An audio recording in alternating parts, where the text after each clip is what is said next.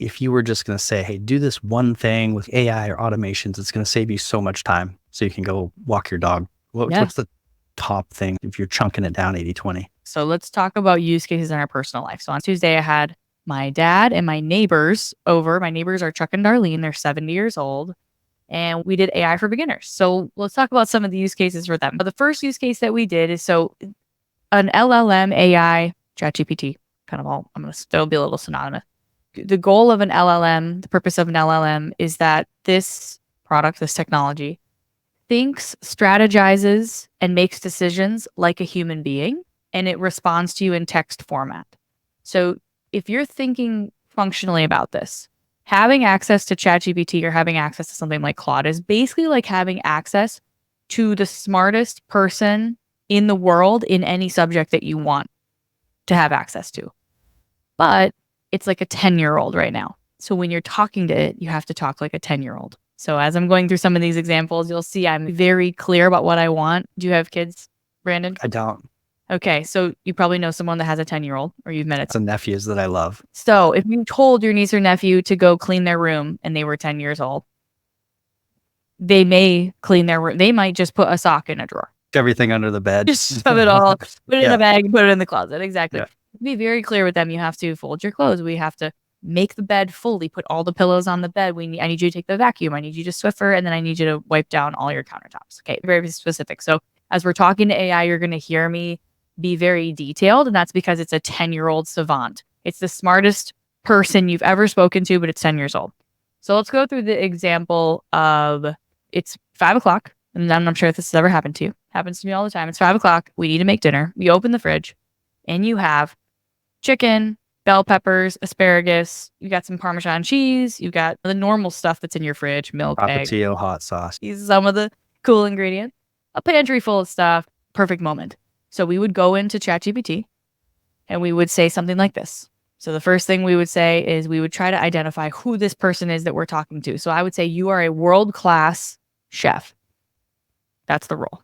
Second thing is we have to give it some context to the situation. It loves details. I say this to land investors all the time. Tell it about your deal.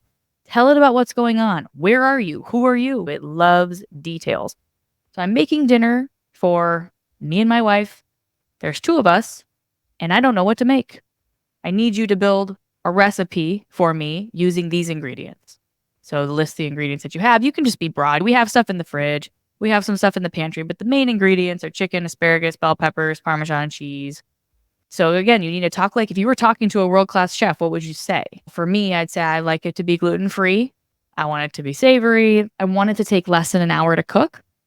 I don't want to use my grill. I only want to use the stove or the oven. It's 2 o'clock, so I'm happy to marinate something if it needs to be marinated. So you need to give it some time constraints, any sort of constraints. And then again, at the very end, request, tell it its role, give it the request, give it the context and the information.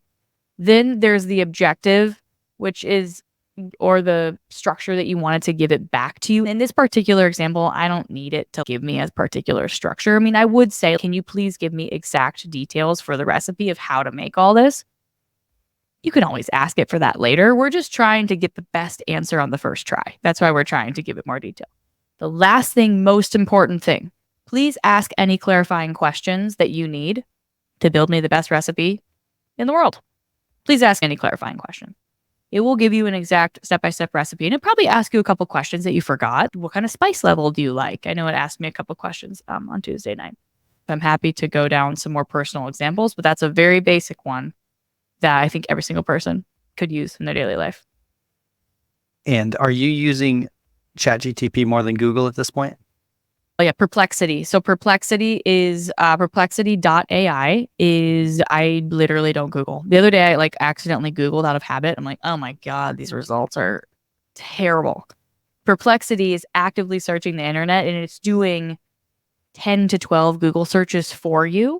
And then it's pulling back it's not just giving you a result. It's literally explaining to you. So land investor example this morning, talking to my partner, Rick, we're talking about a subdivide deal in Colorado. We had lost the deal, so we were bidding with another buyer. The buyer came in, they had a 60-day due diligence period. And we're like, no, there's so much to do. Surveyors are months out, not going to happen. The buyer pulled out. So the seller reached back out to us and was like, hey, you guys were second in line. Do you want to the deal now? And of course, we're like, nah, what happened in their due diligence process?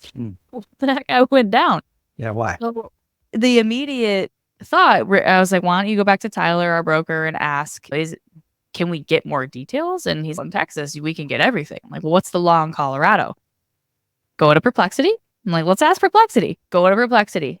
Give it the situation. Here's the situation. We were the buyer. We got outbid. The buyer came through. The due diligence hypothetically failed. We're not exactly sure what's going on.